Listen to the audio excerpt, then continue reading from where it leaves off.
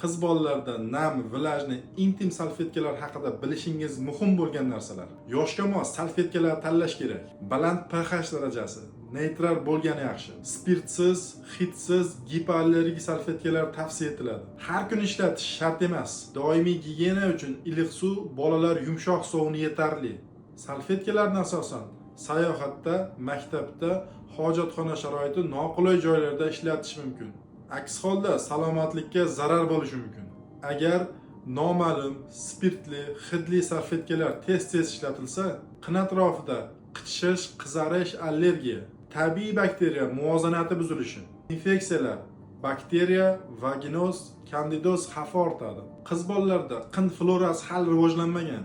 Shu sababli har qanday kimyoviy moddalar tanani himoyasini susaytiradi. Haddan tashqari tozalash yaratgan tarafdan berilgan tabiiy himoyaga ham zarar berishi mumkin.